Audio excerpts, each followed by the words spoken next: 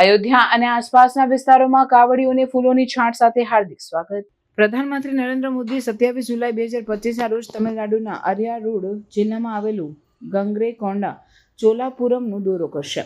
આ દોરો મહાન ચોલ શાસક રાજેન્દ્ર ચોળા પ્રથમની 1000મી વર્ષગાંઠ નિમિત્તે આયોજિત કરવામાં આવ્યો છે. મોદી આ પ્રસંગે રાજેન્દ્ર ચોળાને સમર્થન કરતી સિક્કા ચલાવશે અને બ્રિજાદી ઓમેગાર મંદિરે પણ જશે. 27 જુલાઈના આ ભવ્ય કાર્યક્રમના મુખ્ય અતિથિ તરીકે તેઓ ઉપસ્થિત રહેશે.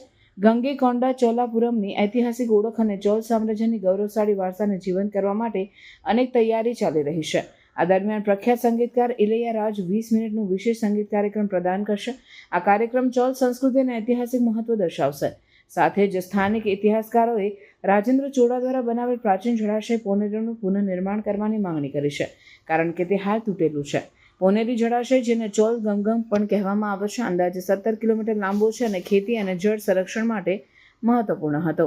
આ જળાશયનું પુનઃનિર્માણ સ્થાનિક લોકો અને સરકાર માટે મોટું લક્ષ્ય છે, જેનાથી ખેડૂતોને લાભ થશે. આ જળાશય પુનર્જીવિત થશે, તેથી પાકોમાં સુધારો થશે અને ભૂગર્ભ જળસ્તર વધશે. આ પ્રસંગે મંદિરમાં એક પ્રદર્શની પણ યોજાશે, જેમાં રાજેન્દ્ર ચોળાની જીતના દસ્તાવેજો અને વૈદિક સંગ્રહને દર્શાવતા મૂર્તિઓ પ્રદર્શિત થશે. આ કાર્યક્રમ દરમિયાન મુપ્પેરુમાં વિઝા અને આદિ થિરુવથારી તહેવારો પણ ઉજવાશે, જે રાજેન્દ્ર ચોળાની જન્મ તારીખથી જડિત છે. આ ઉત્સવ ફક્ત રાજેન્દ્ર ચોળાની સૈનિક અને સાંસ્કૃતિક મહેનતનું જશ્ન નથી, પરંતુ સ્થાનિક સમુદાય માટે પણ ગર્વનો વિષય છે. મોદીની મુલાકાત માટે સુરક્ષા બહુ જ કડક કરવામાં આવે છે અને પ્રશાસન સંપૂર્ણપણે સજ્જ છે, જેથી કાર્યક્રમ સફળ થઈ શકે.